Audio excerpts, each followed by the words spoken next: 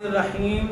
الصلاۃ والسلام علیکہ یا سیدی یا رسول اللہ، الصلاۃ والسلام علیکہ یا سیدی یا حبیب اللہ وعلی آلکہ و اصحابکہ یا خاتم النبیین۔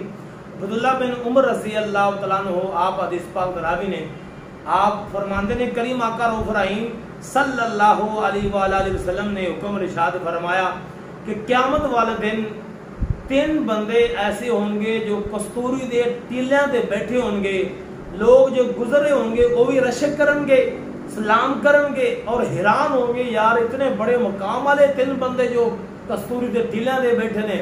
اور جو گزر رہے ہیں وہ بھی رشک کرن گے۔ میرا آقا ارشاد فرماتے جو بعد آن والے لوگ وہ بھی انہاں دے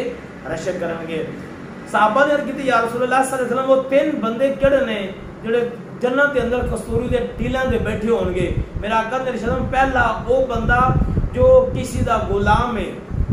اور اپنے مالک دا بھی حق ادا کردا ہے اور اپنے حقیقی مالک دا اللہ رب العالمین دا بھی حق ادا کردا ہے۔ پہلا وہ بندہ جو کسی دا غلام ہے اپنے آقا دا بھی کام پورا کردا ہے، رب دا بلاوا آ جاوے تے اللہ دا بھی حکم پورا کردا ہے۔ دوسرا وہ بندہ جو امام ہے مصلی دا بھی حق ادا کردا ہے، چاہے وہ امام مصلی دا ہوئے، مسجد دا امام ہوئے یا حکمران ہوئے، وہ بھی حکمران بھی ہے کہ امام دی طرح ہے، وہ عدل نال پیش آئے لوگاں نال، رب دی مخلوق تے عدل کرے، ظلم نہ کرے، رحم کرے۔ میرا آقا فرماتے قیامت والدے نے اے بندہ بھی اے امام بھی